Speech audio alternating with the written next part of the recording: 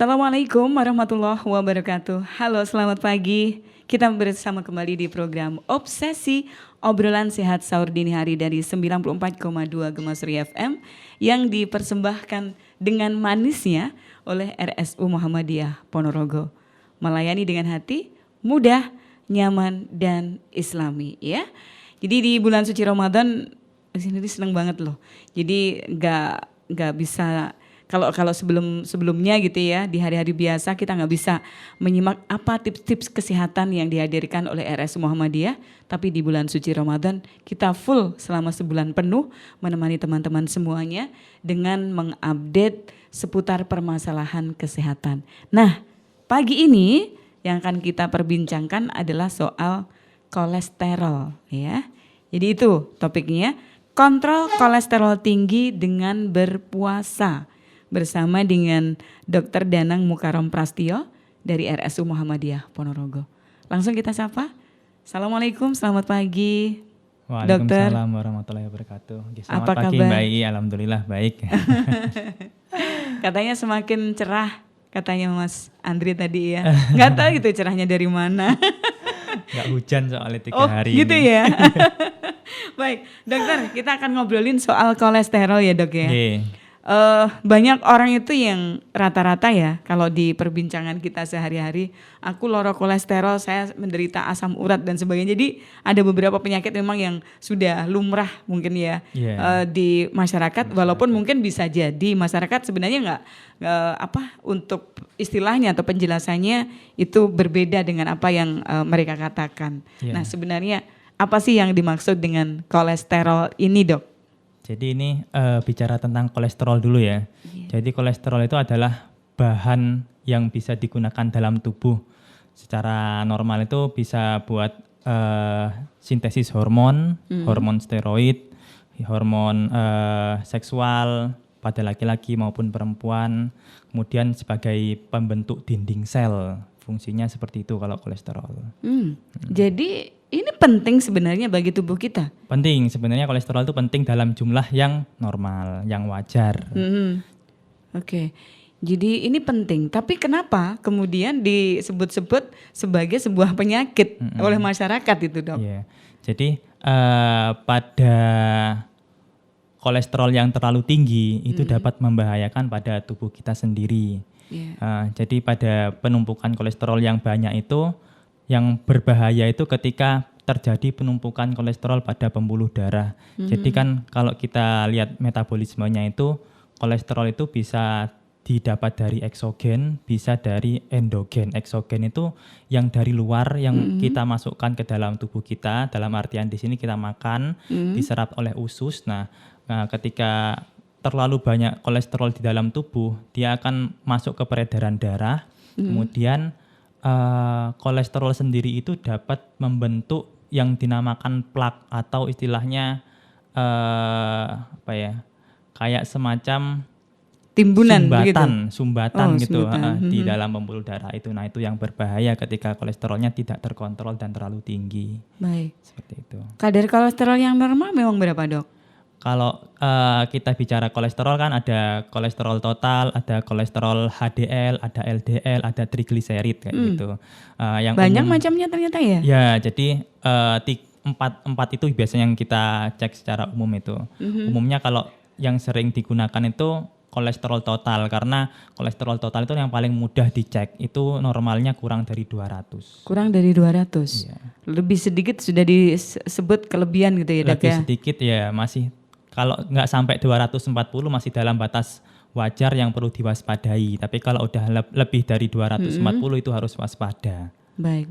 Dokter, kolesterol ya. Tadi panjenengan juga sudah menyebutkan itu terjadi sumbatan dan sebagainya, itu yang berbahaya seperti itu ya. Nah, ini ada ya sumber-sumber dari kenapa itu kolesterol bisa ngendon di tubuh kita itu dok? Jadi kalau kita breakdown lagi, sebenarnya kolesterol itu adalah lemak. Nah, lemak itu gampangnya lemak gitu ya dok ya? Memang kolesterol itu lemak sebenarnya. Lemak yang masuk dalam tubuh kita, diproses secara diserap oleh usus, kemudian diproses oleh hati, di metabolisme, kemudian ke pembuluh darah, dibuat untuk hormon-hormon yang diperlukan tubuh seperti tadi hormon steroid, kemudian hormon seksual kayak gitu. Nah, pada kasus-kasus yang kelebihan kolesterol, nah lemak itu akan nempel ke pembuluh darah yang ada di dalam tubuh. Nah, itu terutama kalau misalnya di pembuluh darahnya itu ada agregasi atau ada kerusakan gitu. Nah, terjadi agregasi di situ, ada penumpukan lemak itu di dalam tubuh. Yang bahaya itu ketika si lemaknya itu sampai menyumbat peredaran darahnya. Baik, dokter.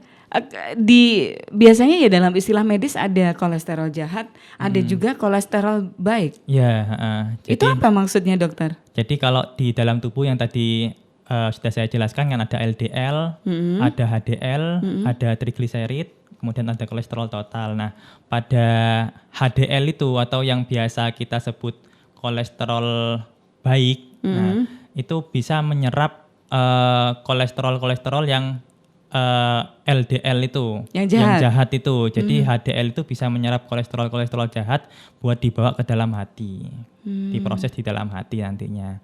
Nah, kalau LDL-nya yang tinggi, jadi kalau LDL itu dia masih tinggi lemak. Nah, tinggi lemak itu tinggi kolesterol yang membuat bahaya itu ketika terjadi sumbatan tadi itu. Sumbatan-sumbatannya yang berbahaya di mana saja sih biasanya kendornya lemak-lemak tersebut, dok, di tubuh kita? Yang sering kita jumpa itu di bagian jantung. Jadi pembuluh darah jantung terjadi serangan jantung seperti itu. Oh, jadi bisa kemana-mana gitu bisa ya? Bisa kemana-mana. Kolesterol. Ya. Selain jantung mungkin, dok? Bisa juga ke otak, bisa juga ke pembuluh darah di ekstremitas tangan atau kaki seperti itu. Oke. Lalu gejala-gejalanya kayak gimana kalau misalnya kita kolesterolnya tinggi seperti itu, dok? Kalau gejala-gejalanya itu yang bisa kita lihat secara fisik itu mungkin kita pernah tahu ada orang yang di bagian kantung matanya di bagian bawah yang dekat hidung itu berwarna kekuningan seperti itu ya. Itu bukan sakit kuning? Bukan, jadi itu karena kolesterol tinggi. Ya. Di bagian sini, bukan di bagian matanya, di bagian kulitnya, bagian kantung mata ya. Atau mungkin di atasnya itu berwarna kekuningan, itu dinamakan santoma. Santoma itu salah satu ciri kalau kolesterolnya terlalu tinggi. Terus selain itu bisa serangan jantung, nyeri dada, terus dada terasa sesak, jantung berdebar, itu juga bisa karena kolesterolnya terlalu tinggi. Bedanya untuk membedakan antara memang yang beneran sakit jantung sama yang diakibatkan oleh kolesterol seperti apa, dokter? Sebenarnya kalau penyakit jantung itu kan banyak macamnya ya.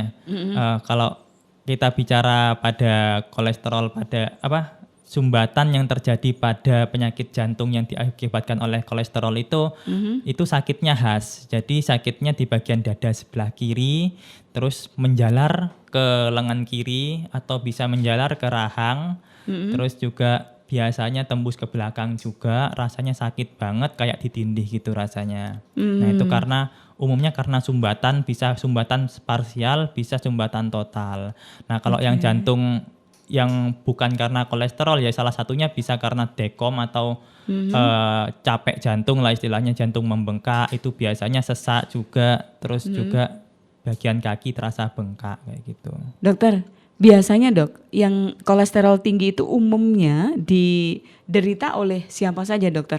Anak-anak apakah juga sudah bisa merasakan adanya kolesterol tinggi ini? Atau ini memang proses seperti itu? Jadi kalau pada umumnya itu pada usia-usia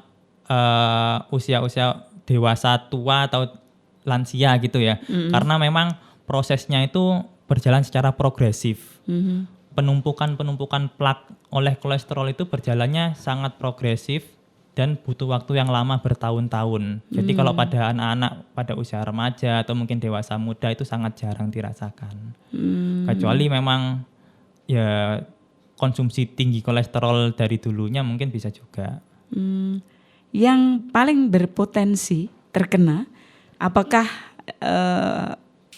misalnya jenis kelamin ini juga pengaruh, dokter? Jenis kelamin juga berpengaruh. Salah satunya laki-laki relatif lebih tinggi terkena kolesterol dibanding perempuan.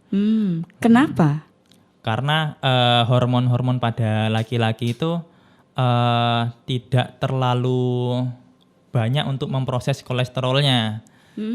Jadi makanya kolesterolnya terdistribusi di darah, terdistribusi di otot, terdistribusi ke selain ini ke hormonnya sendiri. Tapi tidak menutup kemungkinan perempuan juga terkena. Bikin tadi aja udah ayam. Jenengan bilang laki-laki paling beresiko terkena kolesterol. Ini malah saya jadi was-was ini, Dok. Baik. Lantas ini dokter, tadi panjenengan sempat menyebutkan kalau laki-laki ini paling beresiko gitu ya.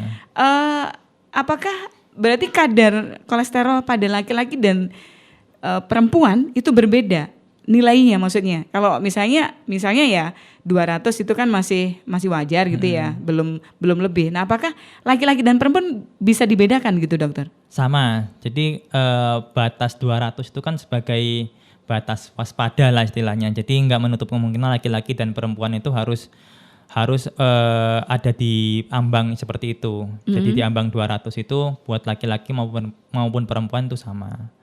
Jadi nggak ada kalau laki-laki sekian atau kalau perempuan sekian. Jadi istilahnya digeneralisir, digeneralisasi dibuat sama 200. Iya. Itu. Pada selama ini gini dok, kalau ada orang yang menganggap ya yang namanya kolesterol itu rasanya nggak karu-karuan juga, hampir mirip dengan asam urat. Benarkah itu dok?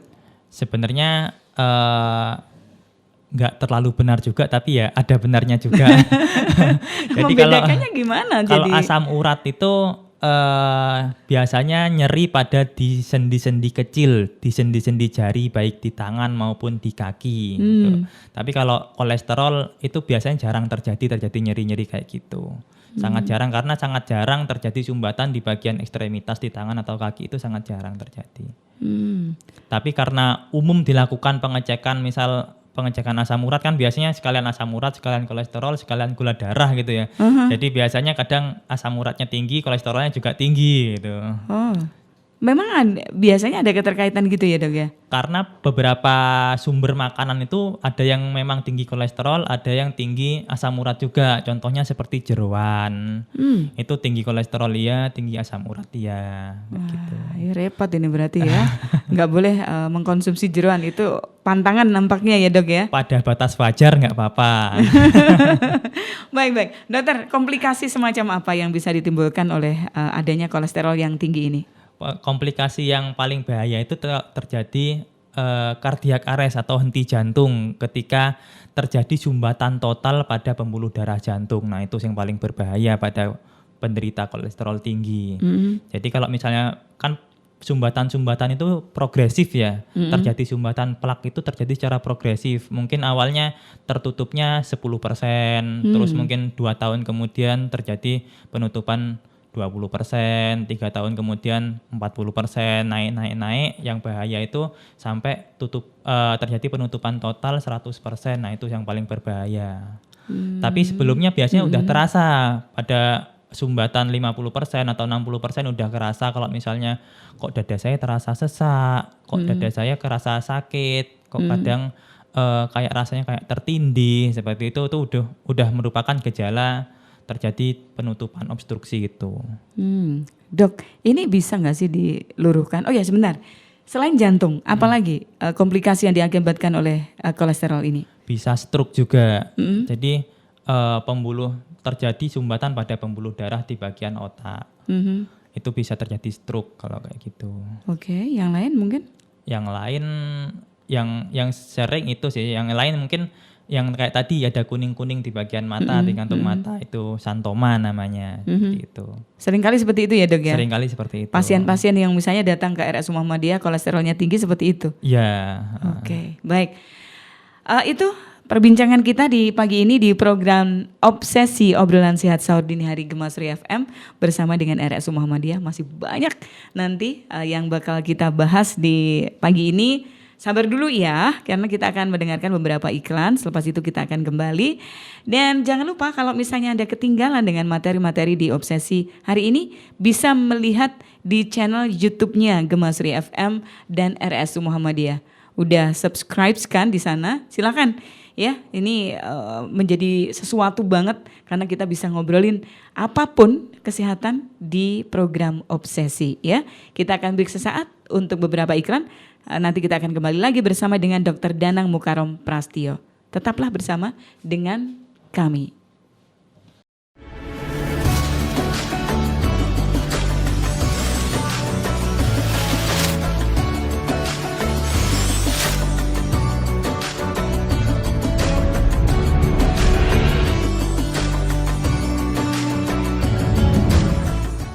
Baik, masih bersama di Obsesi Obrolan Sehat Sahur Dini Hari dari 94,2 Gemasri FM, kerja bareng dengan RSU Muhammadiyah Ponorogo. Kita juga masih membahas soal kontrol kolesterol tinggi dengan berpuasa bersama dengan Dr. Danang. Dokter, kita lanjutkan ya. Siap. Baik, tadi sudah kita bahas gejala-gejalanya termasuk normalnya itu seberapa begitu ya. Yeah. Nah, kita akan ketahui lagi apa penyebab dari tingginya kolesterol pada seseorang itu, dokter. Jadi kalau penyebabnya itu seperti yang tadi dijelaskan, sumbernya kolesterol itu bisa dari endogen, bisa dari eksogen. Nah, yang biasa pencetus untuk meningkatkan kolesterol yang tinggi itu biasanya karena faktor eksogen. Faktor eksogen itu adalah faktor yang kalau dari endogennya luar. apa dok ini dok? Endogen adalah pengolahan dari dalam tubuh kita sendiri. Jadi sebenarnya kolesterol itu diproduksi sendiri di hati, nanti didistribusikan ke dalam tubuh, nanti kembali lagi ke hati buat di proses secara siklus gitu. Iya, artinya kita tidak bisa mempengaruhi itu ya. Sudah dari sononya ya, seperti itu ya. Sudah dari sananya. Kalau eksogen itu? Kalau eksogen yang dari luar, biasanya karena yang paling utama itu yaitu faktor makanan. Jadi makanan-makanan yang tinggi lemak, makanan-makanan yang tinggi kolesterol itu sangat mungkin untuk meningkatkan kolesterol itu membuat kolesterolnya tinggi. Biasanya pada makanan-makanan mungkin makanan daging yang berlemak, kemudian makanan seafood, kerang-kerangan, kepiting, kemudian jeruan-jeruan itu adalah makanan-makanan yang tinggi kolesterol. Terutama yang gorengan, yang digoreng itu juga meningkatkan maksudnya kolesterol. Digoreng? Makanan yang sudah digoreng lagi gitu? Bukan, yang menggunakan minyak maksudnya. Oh, gitu. Oke, baik. Jadi ada banyak hal ternyata ya penyebabnya yang begitu. Mempengaruhi ya. Oke. Terus gini dok, untuk ini kalau misalnya diperiksa ya dok ya, selain dari misalnya dicek gitu ya, cek darah bisa jadi seperti itu ya. Itu memang kalau misalnya dilihat gitu ya, di strukturnya, apakah memang kelihatan ini ada gumpalannya di sana gitu dok? Nggak bisa. Kalau untuk lemak ini dari darah nggak bisa. Kecuali ada. Saya membayangkan gini, kalau misalnya ada ini ya diperiksa gitu ya, dicek kayak mungkin cek paru-paru dan sebagainya, kemudian jantungnya dilihat. Ternyata di sekitarnya itu ada kayak tadi kan yang namanya lemak, bahasa Jawanya kita kan gajeh gitu. Ada gajehnya menggumpal seperti itu. Sebenarnya nggak seperti itu ya dok ya? Nggak seperti itu bentuknya ya. Maksudnya bentuknya nggak seperti itu. Jadi bentuknya itu ya istilahnya sangat kecil. Kalau misalnya kita mau lihat imaging, istilahnya mau melihat secara jelas apakah ada gumpalan seperti itu harus di CT scan, CT angiografi istilahnya. Jadi itu buat khusus melihat pembuluh darah mana yang ada sumbatan gitu. Tapi kalau di foto ronsen atau foto-foto CT scan biasa itu nggak kelihatan. Baik. Dok, selain di jantung dan sebagainya, apakah misalnya kalau ada yang teman-teman ada yang merasakan misalnya di daerah pundak dan sebagainya sering keju-keju dan sebagainya, kan konon banyak yang bilang juga mesti kolesterolnya tinggi dan sebagainya dok. Diikuti dengan pusing dan sebagainya nggak sih? Kalau pusing mungkin ya, pusing bisa jadi salah satunya karena ada sumbatan di pembuluh darah otak. Tapi kalau pada keju-keju linu-linu gitu umumnya enggak. Jadi mungkin ya karena kecapean atau mungkin asam uratnya tinggi, mungkin bisa jadi. Tapi mungkin diikuti juga sama kolesterolnya yang tinggi, bisa juga. Baik, lalu apa saja ini faktor risiko dari kolesterol tinggi ini dok? Faktor risikonya ya seperti tadi, pembuluh darah di jantungnya misalnya terjadi sumbatan di pembuluh darah jantung, terjadi PJK, penyakit jantung koroner. Kalau misalnya terjadi penyumbatan di pembuluh darah otak bisa terjadi stroke kayak gitu. Baik. Dan ini kan tema kita adalah kontrol kolesterol tinggi dengan berpuasa. Iya. Memang bisa, Dok? Jadi kalau kita bicara pada sumber kolesterol sendiri kan yang bisa kita kontrol yaitu dengan mengontrol sumber dari eksogennya. Jadi dari faktor dari luar ya. Dari faktor dari luar. Jadi asupan kolesterol yang kita makan kan otomatis terbatas karena waktu kita untuk makan itu kan semakin sedikit ketika kita berpuasa. Jadi waktu makan kita kan antara jam 6 sore sampai jam 4 pagi. Beda kalau misalnya kita tidak berpuasa. Jadi kita selama Loss gitu 24 jam kita loss mau makan apa aja. Terus kalau misalnya pada saat berpuasa kan mungkin kalau malam-malam kita nyari sate gulai kan susah ya. Jadi ya itu mungkin bisa terkontrol di situ. Dari faktor eksogennya kita bisa istilahnya direduksi mengurangi makanan-makanan yang tinggi kolesterol seperti itu. Jadi mungkin lama-kelamaan ketika kita sering berpuasa akan turun dengan sendirinya kolesterol itu. Apalagi kalau ditambahi dengan olahraga secara teratur. Baik. Dok, ini bisa disembuhkan nggak sih kolesterol itu? Apakah misalnya ketika kita ke dokter gitu ya, karena kolesterol kita tinggi seperti itu, apakah ini bisa diobatin? Istilahnya bisa dikontrol. Nggak bisa ya diobatin, Dok? Maksud saya gini, karena ada kalau ini ya bahasa sederhananya, ketika misalnya Idul Adha gitu kan, kita dapat daging, terus seneng sama yang bahan yang dari lemak Aji, juga kan. Soalnya kalau misalnya dimasak soto daging, wah enak banget enak itu, banget. Dok. Maksud kita kan biasanya bisa dicegah itu. Ada yang menganjurkan untuk misalnya mengkonsumsi jeruk panas dan sebagainya. Apakah sebenarnya itu nggak bisa dilakukan, dokter? Sebenarnya kalau secara non medis ini saya kurang bisa menjelaskan ya karena tidak belajar di dalam fak itu ya, bukan di bidang saya lah istilahnya. Tapi kalau secara pengobatan ya ada pengobatan sendiri. Kalau misalnya ada kolesterolnya terlalu tinggi perlu dikasih obat ini kayak gitu bisa. Jadi kan karena kolesterol itu kan penyakit kronis ya. Kita bisa samakan. Kronis, Dok? Hah? Kronis? Iya, kronis. Jadi kita bisa samakan kayak penyakit diabetes mellitus atau darah tinggi yang mana kita nggak bisa ngasih pengobatan selama cuma seminggu 2 minggu udah selesai terus habis itu nggak perlu pengobatan lagi. Jadi kalau kolesterol itu benar-benar harus dipantau karena kan kita nggak tahu ya penyumbatan, misalnya terjadi penyumbatannya itu udah seberapa persen sumbatannya, mungkin udah 20%, 30%, 40%, kita kan nggak tahu. Jadi harus dipantau secara berkala. Kita paling nggak dilakukan cek kolesterol mungkin 1 bulan sekali, 2 bulan sekali kayak gitu. Sama kayak penyakit darah tinggi ataupun gula darah yang kita nggak bisa ngasih pengobatan cuma seminggu 2 minggu itu nggak bisa. Baik, dokter, ada nggak sih kita membayangkannya gini, kalau seseorang yang punya kolesterol tinggi mesti tubuhnya gendut, tapi bener nggak sih itu? Karena gini, saya punya saudara itu sebenarnya dia itu membatasi makanan banget, kemudian tubuhnya itu kecil, tapi kenapa kok kolesterolnya tinggi, dokter? Jadi memang faktor obesitas itu merupakan faktor yang mana dia akan cenderung terkena kolesterol dibanding yang tidak obesitas. Jadi istilahnya orang yang gemuk itu ada kemungkinan lebih besar terkena kolesterol dibanding orang yang kurus ya. Gitu ya.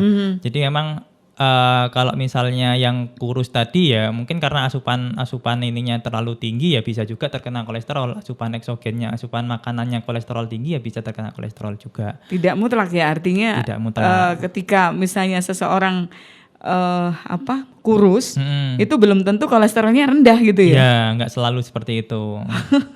Makanya harus benar-benar dicegah berarti ya, Dok ya. Benar-benar dijaga istilahnya, benar. Baik. Nah, ini kita pengen tahu. Jadi ada banyak mungkin makanan yang ada di sekitar kita yang ini paling dominan menyebabkan seseorang terkena kolesterol tinggi. Monggo, dokter, apa saja ini makanan-makanan selain mungkin gajeh ya istilahnya, istilah Jawanya gajeh gitu ya. Jadi makanan-makanan yang tinggi minyak atau makanan-makanan pada kulit-kulit hewan, kulit ayam, kulit bebek. Padahal itu enak banget. Padahal enak banget memang. Saya juga suka. Baik. Terus pada seafood, udang-udangan terutama yang mengandung cangkang-cangkang ya, kayak udang, terus kerang, terus kepiting, rajungan, itu juga tinggi kolesterol. Terus juga pada ikan-ikan laut. Kemudian pada makanan-makanan yang berminyak, mungkin kita makan bebek, sambal kuningnya, kuah kuningnya itu kan berminyak ya. Nah itu juga sumber kolesterol juga. Gitu. Jadi bener nih, yang namanya unggas, kita menyebutnya unggas mulai dari mentok, kemudian bebek dan sebagainya, ini juga tinggi banget kolesterolnya, Dok. Tinggi kolesterol terutama di kulitnya. Kulitnya? Kulitnya. Jadi kalau misalnya makan bebek nggak perlu pakai kulit ya? Kalau misalnya ya mau dibuang juga nggak apa-apa. Bener, padahal paling lebih enak kan amannya, biasanya. tapi memang paling enak kulitnya ya. Iya, ada sekelompok orang yang justru ketika misalnya membeli soto lah ya, itu yang paling diminati adalah sunduan, tapi sunduan kulit. Kulit ya. Padahal di situ ya letaknya Padahal ya. di situ letaknya. Kenapa ya, Dok ya? Ini kok bisa di kulit ya, Dok ya, kira-kira? Karena di kulit itu kalau misalnya kita coba makan kulitnya aja kan kayak ada minyak-minyaknya itu ya. Nah, itu lemaknya itu adalah kolesterol. Jadi kolesterol itu yang kita makan. Jadi yang membuat tinggi kolesterol itu adalah minyak-minyaknya, seperti itu. Oke, baik. Lantas ini bagaimana ini kalau misalnya pengobatan bagi penderita kolesterol tinggi seperti itu, Dok? Jadi untuk pengobatannya itu misalnya diambil gitu enak ya, ada gajah diambil gitu bisa dari luar kan ya. Kalau misalnya secara logika gitu ya, ini ada di sini tak ambil ya. Tapi secara medis ya kan nggak bisa. Jadi kita perlu memantau kesehatan penderitanya sama kesehatan kolesterolnya. Jadi paling enggak dilakukan kontrol setiap 1 bulan sekali atau 2 bulan sekali gitu. Jadi untuk menjaga supaya kolesterolnya tidak terlalu tinggi atau mengurangi sampai di bawah 200. Baik. Itu. Semakin tinggi, semakin sepuh usia seseorang, apakah ini juga ada kaitannya dengan semakin meningkatnya peluang untuk kena kolesterol juga, Dok? Sebenarnya kalau bicara kolesterolnya pada usia tua itu bukan pada kolesterolnya tapi faktor komplikasinya. Jadi komplikasi yang disebabkan karena kolesterol tinggi yaitu terjadi penyumbatan plak tadi. Kenapa kalau pada usia tua akan cenderung terkena sumbatan itu? Karena pada usia tua itu akan cenderung pembuluh darahnya itu tidak sebagus ketika masih muda. Istilahnya kalau misalnya selang itu pada usia muda itu kita bisa bebas dikewer-kewer gitu selangnya, lebih elastis gitu. Tapi kalau pada usia tua itu nggak lebih elastis. Jadi kalau misalnya terjadi rusakan, itu akan cenderung terjadi plak pada pembuluh darahnya. Nah itu yang bahaya pada usia tua itu komplikasi pada kolesterolnya semakin tinggi. Baik, Dok, kalau misalnya pas pengobatan gitu, Dok, apa sih sebenarnya resep yang diberikan kepada para pasien, Dokter? Kalau untuk resepnya biasanya diberikan simvastatin yang paling umum itu ya, diberikan simvastatin, kemudian kita evaluasi setelah pemberian simvastatin mungkin selama seminggu, 2 minggu atau 1 bulan pengobatan itu kita evaluasi. Nanti kolesterolnya semakin turun apa enggak? Kalau misalnya masih belum turun ditambahi obat lain, kombinasi istilahnya. Butuh waktu berapa lama ini untuk menurunkan kadar kolesterol itu, Dokter, biasanya? Tergantung dari tingginya kolesterol juga. Jadi pengaruhnya pertama tergantung dari tinggi kolesterolnya. Yang kedua tergantung dari faktor istilahnya kepatuhan pasien untuk minum obat. Terus yang ketiga juga faktor dari makanan sumber eksogen yang dilakukan sama penderita juga. Terus juga faktor olahraga itu kan juga bisa mempengaruhi untuk menurunkan kolesterol. Gitu. Baik. Oke, masih banyak hal yang masih akan kita perbincangkan, Dokter ya. Di sajian Obsesi Obrolan Sehat Sahur Dini Hari Gema Surya FM di pagi ini yang dipersembahkan oleh RSU Muhammadiyah. Tapi waktunya nih, Dok. Kita terbatasi waktu ya, insya Allah. Tapi besok insya Allah kita akan kembali lagi. Masih juga menyuguhkan tema kontrol kolesterol tinggi dengan berpuasa ya. Bersama Dr. Danang Mukarom Prastio dari RSU Muhammadiyah Ponorogo. Sabar kan? besok ya. Insya Allah kita akan kembali lagi di tema yang sama. Baik, kita berdua pamit dulu. Terima kasih untuk kebersamaan Anda teman. Selamat pagi, selamat menjalankan puasanya. Sebentar lagi mau imsak loh, dikebut. Ya jangan dikebut gitu lah. Istilahnya makanya pelan-pelan, harus dikunyah lebih lama katanya dokter kemarin, dokter Tony kalau nggak salah ada 20 kunyahan sebelum kita telan seperti itu ya. Kita akan kembali besok di program Obsesi. Terima kasih dan Assalamualaikum warahmatullahi wabarakatuh.